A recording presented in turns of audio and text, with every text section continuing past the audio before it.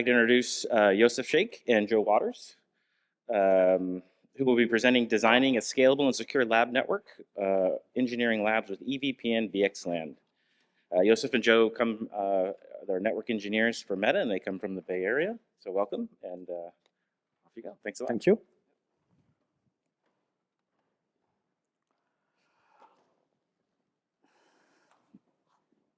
Hello, everyone, for the slide deck.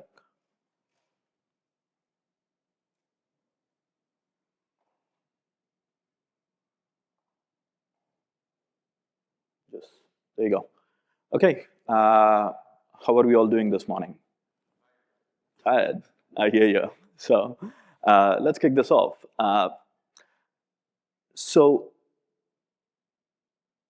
Let's see. Okay. Just navigating some difficulties here. Getting on to the next slide. There you go.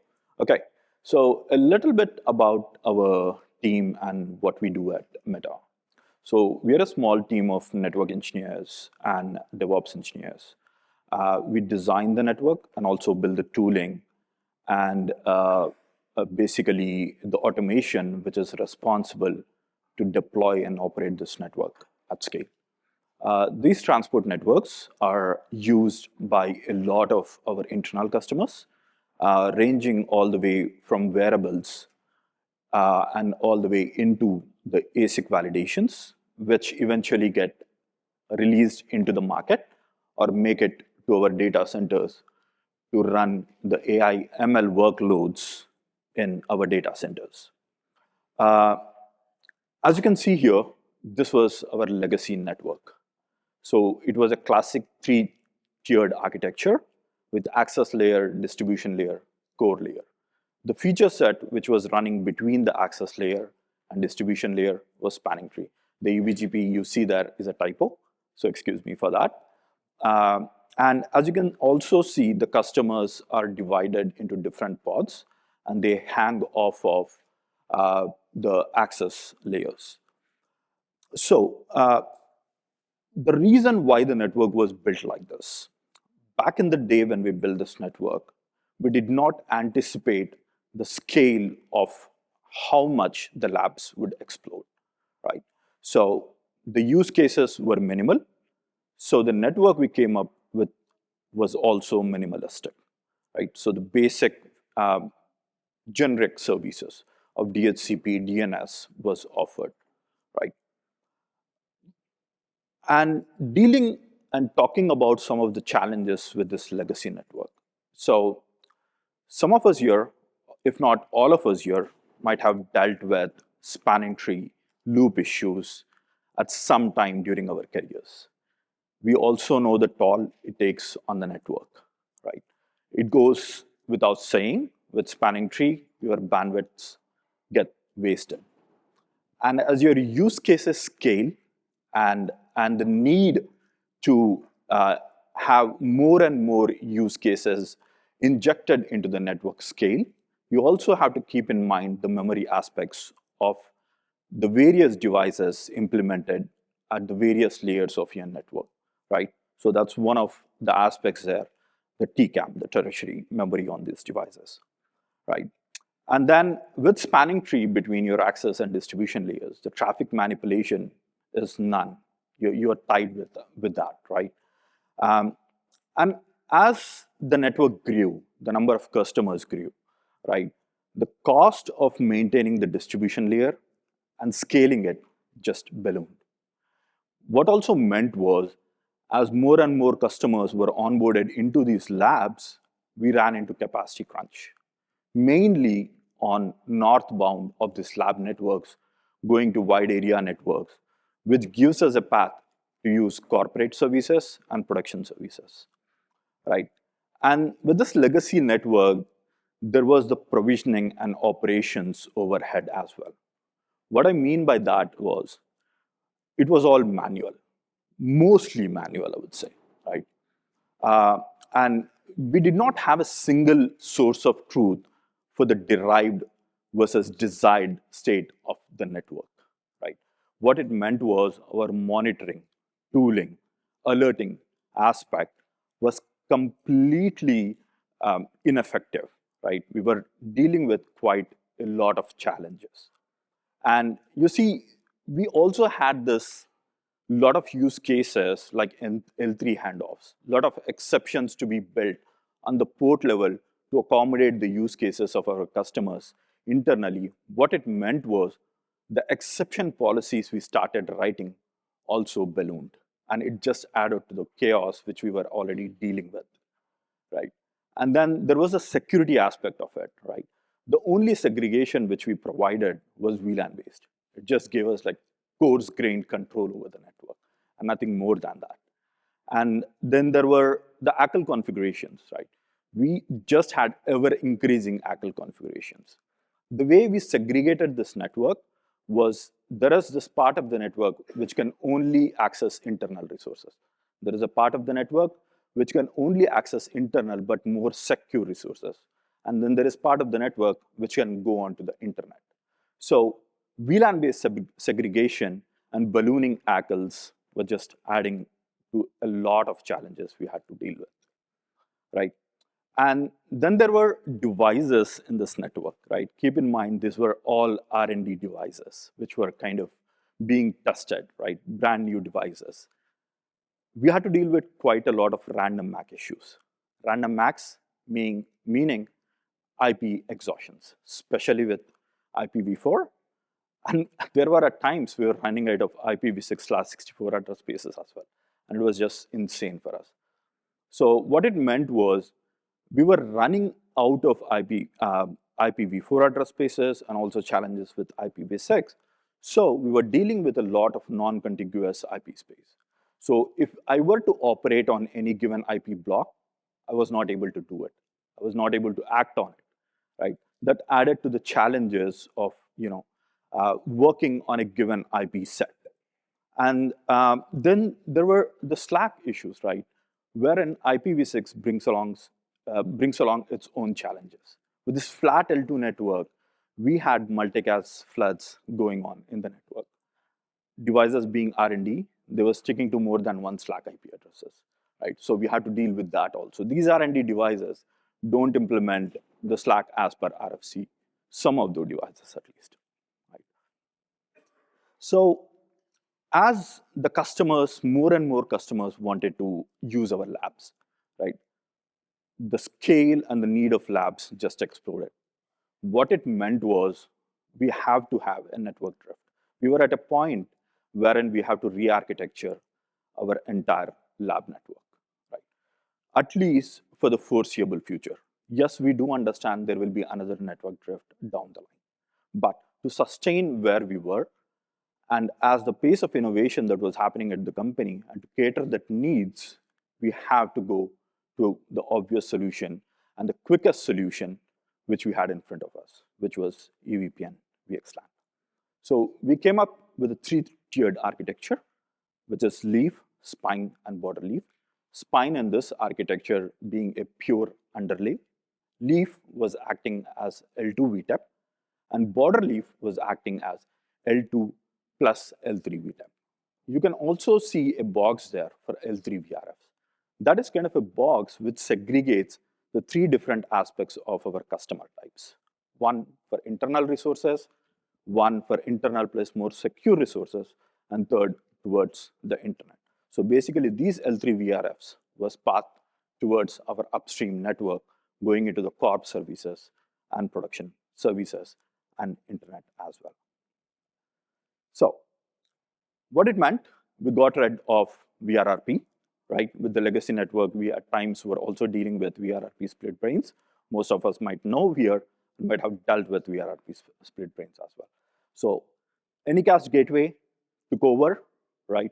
So we have a better ECMP mechanism now.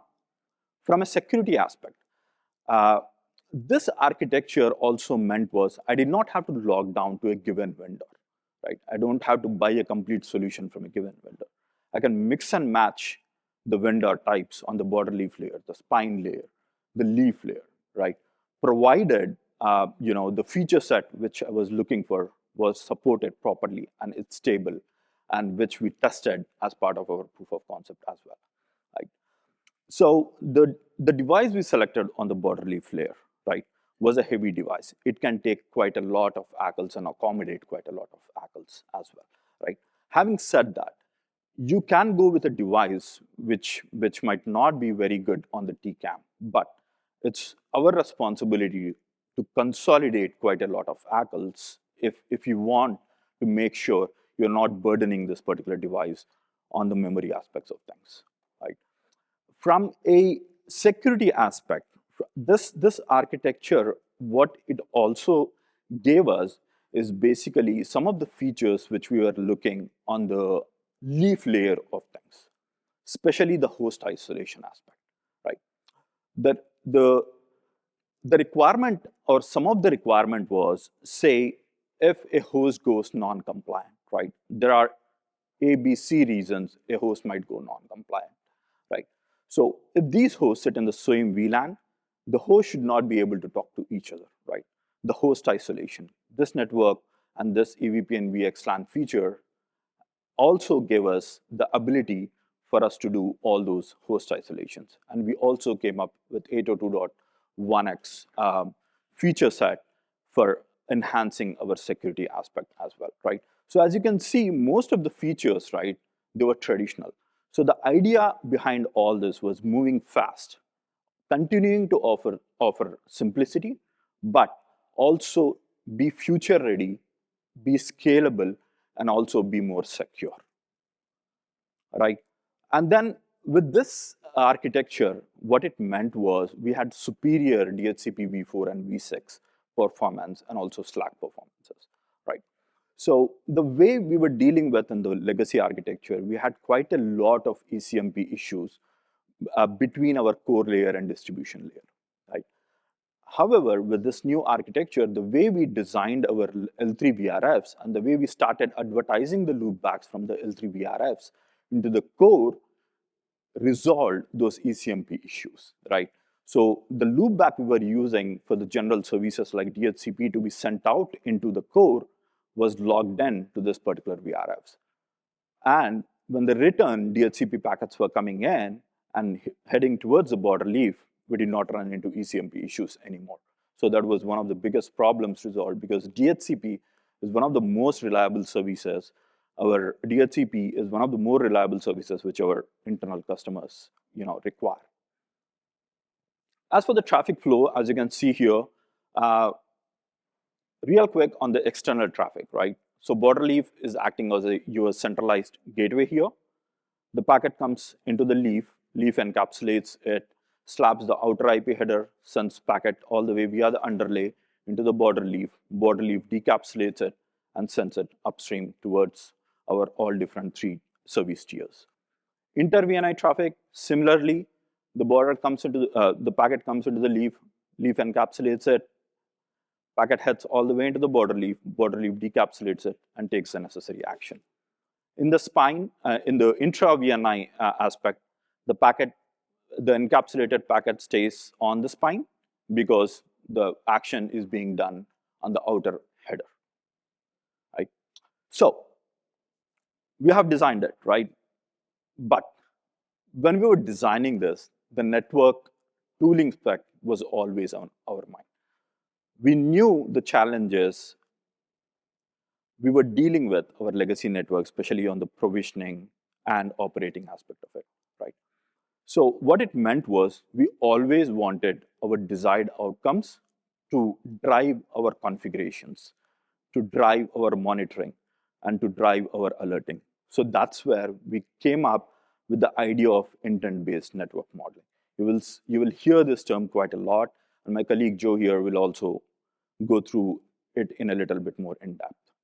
So what it meant was this desired outcomes also will drive our templating aspects for this various clause layers, mapping of the devices, where to push the VLANs, so on and so forth, right? So a quick look at the config snippet, right?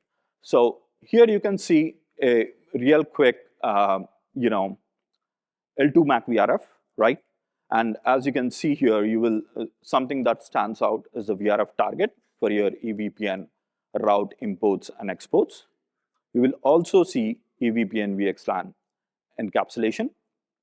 You will also see the tag which makes this border leaf device a L3 VTEP, wherein we are connecting IRB or an SVI, if it's some other vendor, to a bridge domain here, right? That's what makes it acts as an L3 VTEP. And here you can also see the L3 VRF, right, which is our pathway into our core services, which are offered via our backbone, like internet, corp, and production services. You can also see a snippet of ACLs there. Rather, it's for V4, but you can imagine it for V6 as well, wherein you see the input and output filters of boilerplate, which are AKA our consolidated filter spaces, right? On the leaf layer, you will see here again the L2 VTAP configuration, which is a MAC VRF for a given vendor, and then your interface VXLAN, which makes it build the VTAP tunnels. Now, the design is ready. It's now time to migrate, right? Greenfields are relatively easy, whereas brownfields are the most challenging ones, right? So we have to keep a few challenges in mind when we plan for the migrations of all these brownfield networks, right? So one of the first things we had in mind, right? So, okay, there's a legacy network. Now, how do we migrate to this newer architecture? So as this was a labs world, we had at least, the leverage to re-IP our entire IP space. What it meant was we were able to convince our customers internally that if we are able to re-IP their existing IP space, which we have given to them, right, it will collectively make our life easy as we scale this network into the future, right? So we had to think about the tooling of how to pick and choose the IP address spaces in a contiguous fashion and allocate the IP addresses for our customers, right? And then there was the Slack use cases. So as I mentioned earlier, as most of the devices were R&D devices, right, not all customers or not all device types had the same requirement for router advertisement or RA timers. Some of the devices were really sensitive for, aggressive RA timers, right? They used to just not respond or not stick to the RA advertisements which are coming in from the network, right?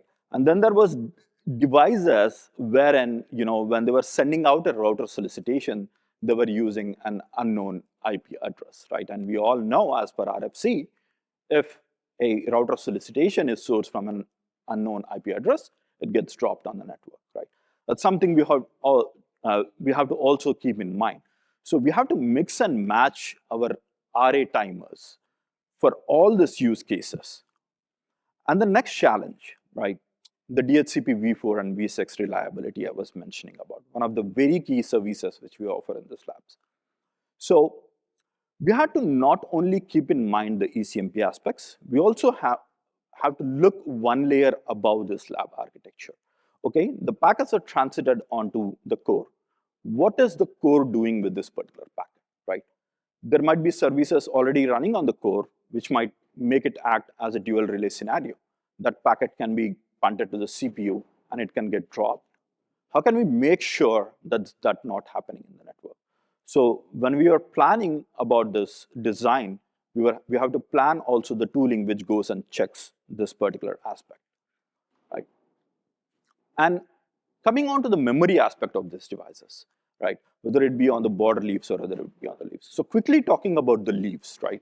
Leaves being leaves, if you have a flood of EVPN routes, your memory might be utilized, right? And the leaves might die.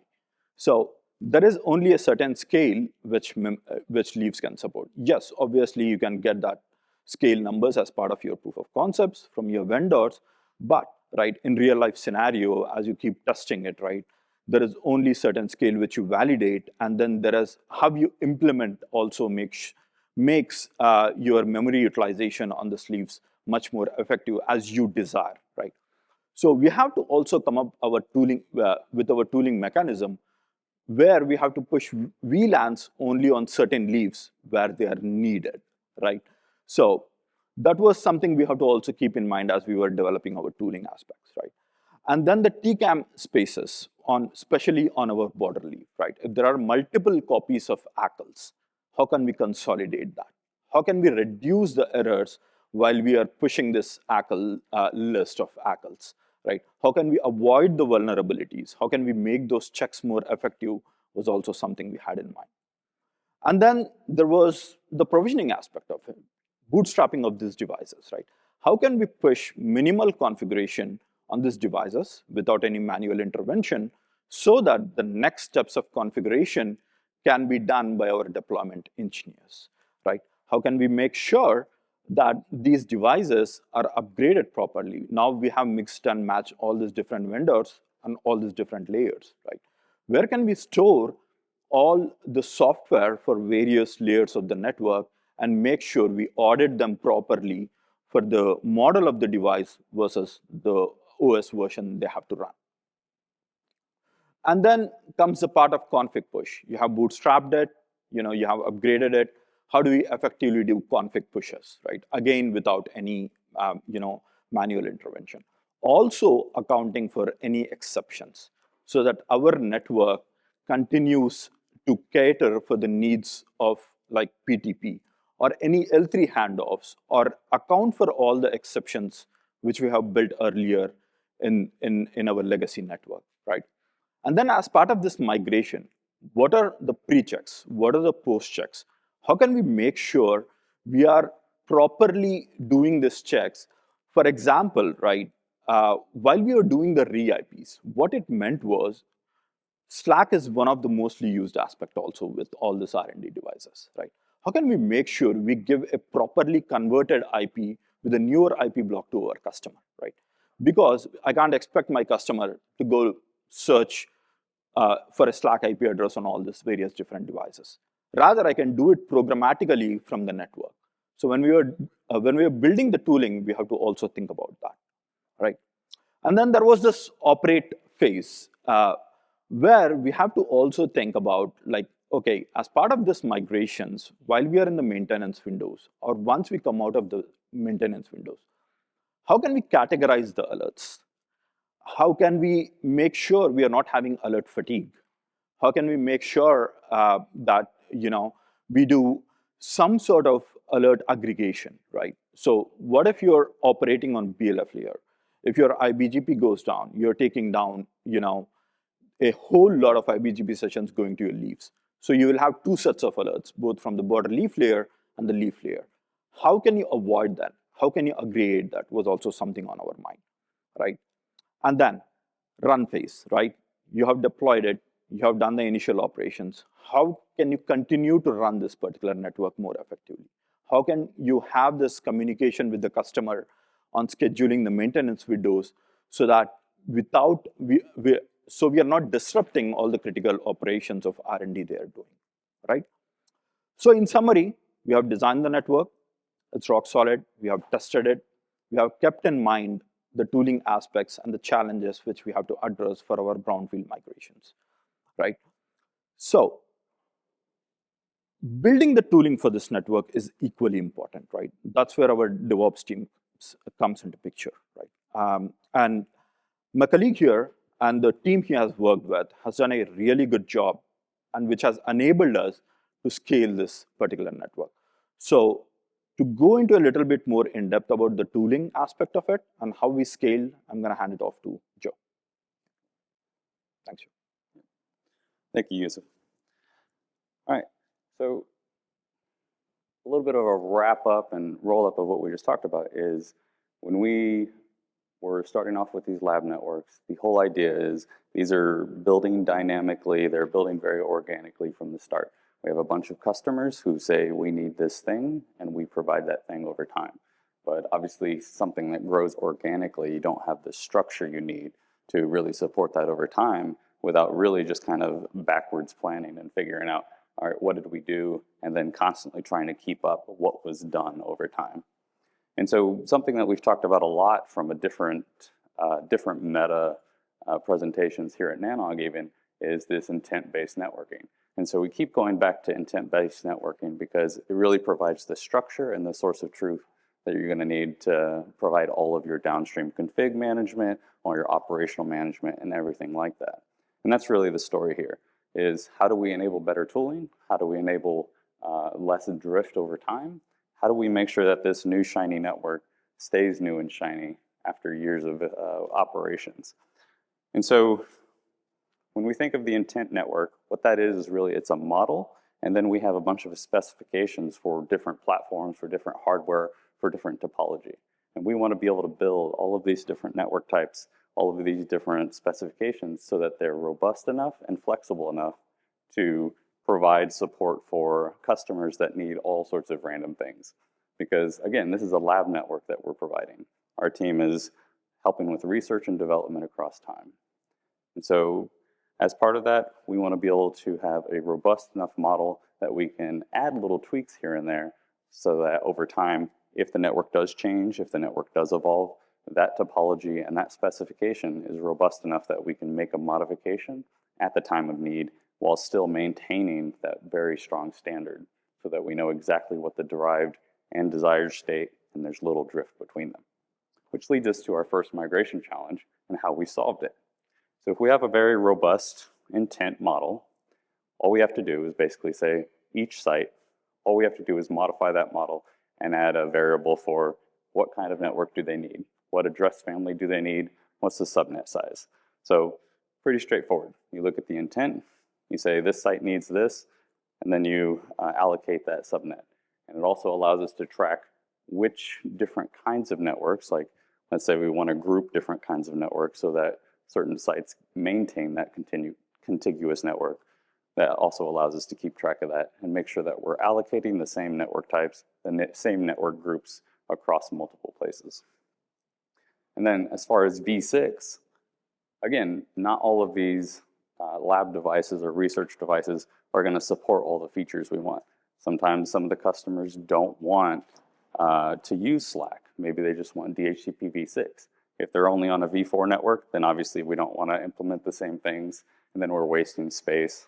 We're adding additional complexity onto a network that maybe doesn't need those same things. So same thing, we look at our model, we see where can we make those adjustments so that downstream the knobs on the device, whatever vendor we're using for our gateways, whatever, wherever we're implementing those different V6 gateways or V4 gateways, we're changing the knobs on the box based on what that intent is influencing downstream. All right, then we get into resourcing. So the resourcing and the exhaustion on these different devices, how do we make sure that we're managing that? And again, since we've got this nice, robust network that Yusuf and team have designed, we have a very robust device that can support all sorts of ACLs, all sorts of TCAM, but we still want to minimize how that works. And when it comes to our WAN gateway and how we interact with our upstream and our downstream devices, we also want to model that. And so the way we do that is with intent. Again, we're modeling not just our downstream. We're not just modeling that spine leaf architecture. We're also modeling our relationships to our boundaries. So at the edge of our network, we're also modeling what do the WAN gateways look like, what are those WAN gateway capabilities, and how are we going to influence whether or not someone's going to accept DHCP snooping in one place, or maybe we don't have to perform relay operations at the next level and make sure we can tweak that as needed. And then we look at the TCAM exhaustion and ACT stuff. So down to the leaf layer, what we do is we build our modeling of what specific VLANs, what specific networks are needed per leaf.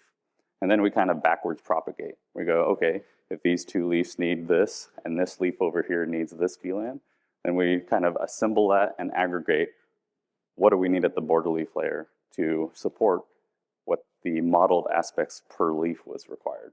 So then we're not sending down those same VTEPs to every single leaf, and we're also minimizing the amount of ACLs and distribution of different configs and ACLs that's going onto the border leaf. So it's all this very natural flowing aspect where since everything is modeled so robustly at the intent layer, and our specifications can say these leafs support these specific requirements, and we get this very nicely aggregated output at the top where the bottom is modeled and then the top is modeled after what those devices have actually supported. So then we get into the config management and how we push everything. And again, talking about the specifications and how that influences the intent. So our intent, we're modeling kind of this cluster of devices is going to operate as this specific network design. And then we have specifications that say these models, maybe it supports 48 ports, maybe it supports this kind of power supply. So we can actually do, per device modeling, and we kind of aggregate those together, and we get a very natural conclusion of the templates, whether they're Ginger or whatever you're going to use. All they have to do is read those same models, read those same specifications. So at the same time that we're generating our specific knobs and our specific topologies, that also allows us to generate very robust templates. And so we get Ginger templates rendered from a model that is also used to propagate our topology. And this also leads to a very, it's very easy to push the right operating system to a device if you've already modeled every single aspect of that device. So even though we have multiple platforms, multiple vendors, we're modeling those and where they fit into the topology, and we make sure that we can constantly send the exact operating system per device. So when we talk about TCAM space and ACL generation at the border leaf layer, we also want to make sure that there's going to be regional alignments. There's going to be alignments based on what that lab customer needs. And so we're also able to model based on groups of devices and groups of topologies. These are part of different subsets. And so if we have this certain layer of level of ACL requirements for a region, then we also render specifically to that as we go downstream. And then the intent model, we have it modeled down so that we can say add on to the specification. So we have this very robust and very standardized model of everything is going to be a border leaf, a spine, and a leaf, or we have maybe a collapse model where it's just a border leaf down to a leaf. But either way, that base is not going to change. All we do is add on to it. So if we do make modifications like influence in an L3 handoff or adding PTP to the architecture somewhere, we're not going to affect that core configuration. We're not going to affect how the core network works. So it's much easier to make changes and influence changes downstream because all we have to do is make those small little checks, small little changes, which leads right into the health checks. All we have to do is compare that derived versus desired state. And it's almost natural because since everything is so strongly influenced by the model and we're constantly pushing updates based on that model, it's very easy to go, all right, what changed? We can look exactly where in the code change made that difference. And it's very easy to do a health check and saying, okay, we're going to migrate this site. We can go out and use our automation to pull all of the current state of the network. And then we design a model that's going to fit this site for the migration. And that model is just plugging in the variables that we gain from that, getting the current state of the network. And then we output what the network should look like in the migration. And so now we have a pre-check based on the current state of the network, what the model looked like after the generation, and then doing a post-check basically saying, did that outcome meet the expectation? Which honestly makes operation kind of a dream because all of this has been talking about deployment and migration, but when it really comes down to it, since we built this robust model, since we built all of this tooling, we now have a way to just do operations with the same exact steps. We look at our model. If we need to add or modify the network in some way, we just modify that model. We just modify the intent. And so we have all this tooling pre-built for the migration that we now reuse to get collections. How do I collect data from all of these different devices? I look at my model, I look at my generated topology, and I go, this is where I need to collect from. How do I build my detectors? All I have to do is look at those collections and see what devices do I need to monitor for the different things. I have everything defined in code on what I need to detect or what specific knobs should be enabled at a different site.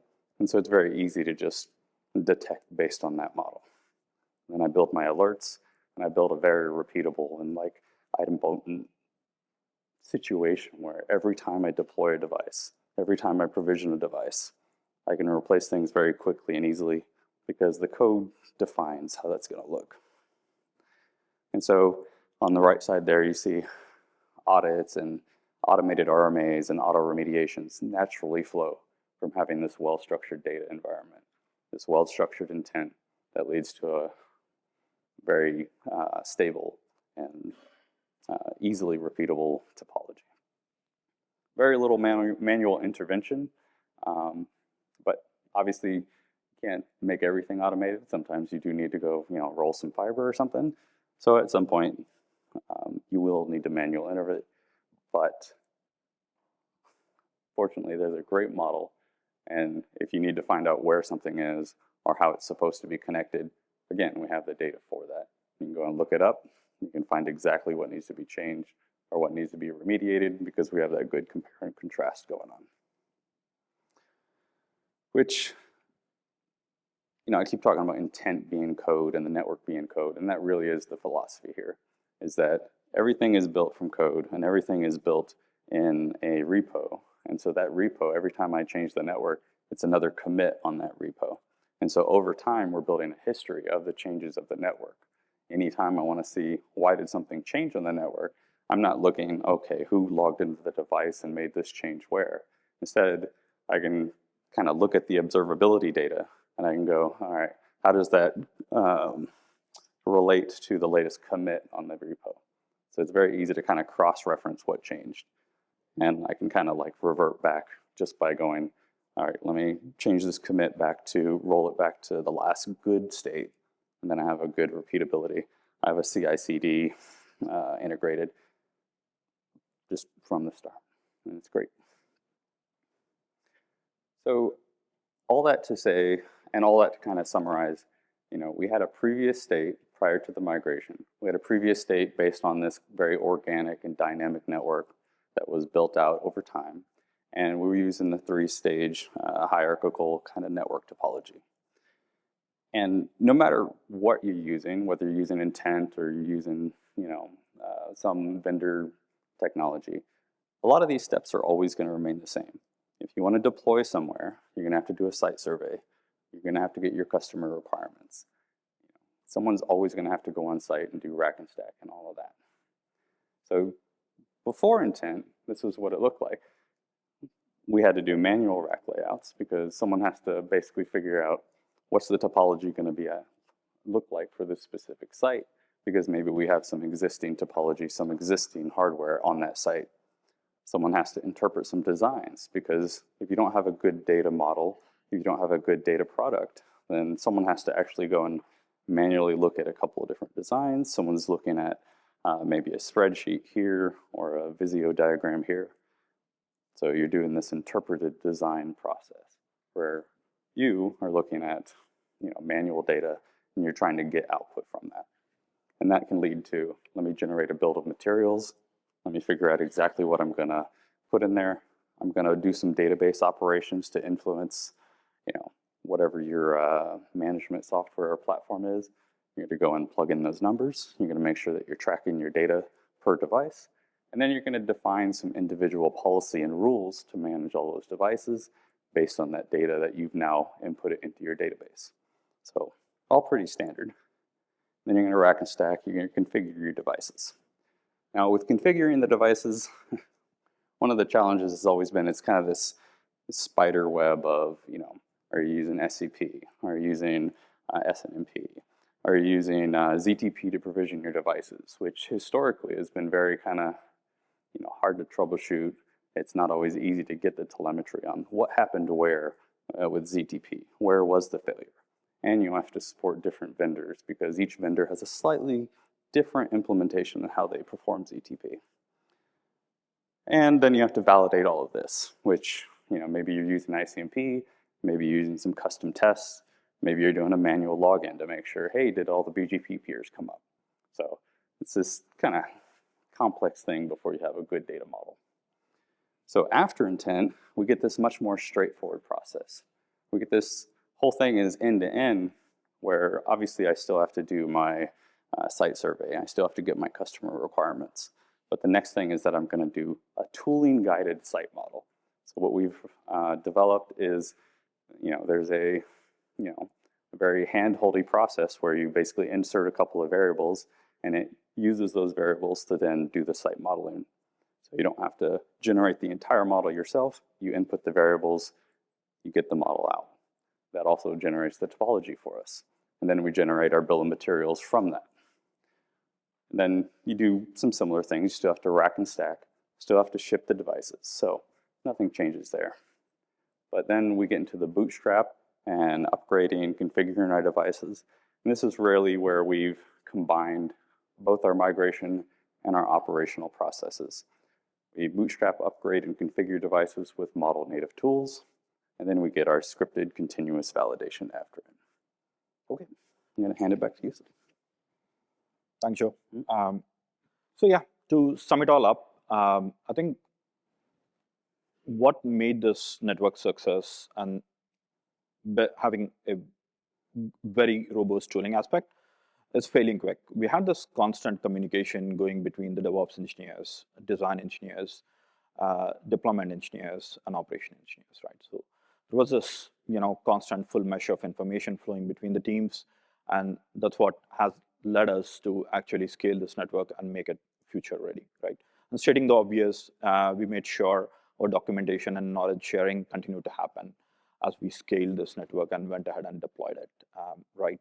And then from the monitoring and observability aspect, we had this internal centralized databases wherein we got all our logging, right? Which we eventually fed into our alerting pipeline and made our life easier in maintaining and running this particular network.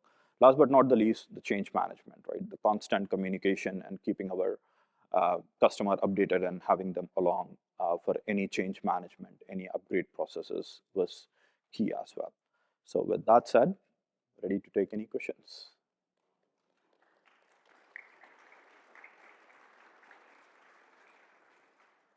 All right, thank you, Joe and Joseph. That was an excellent talk. We do have some time for some questions if anyone has anything that they want to ask. Okay, thank you. Thanks a lot, appreciate it.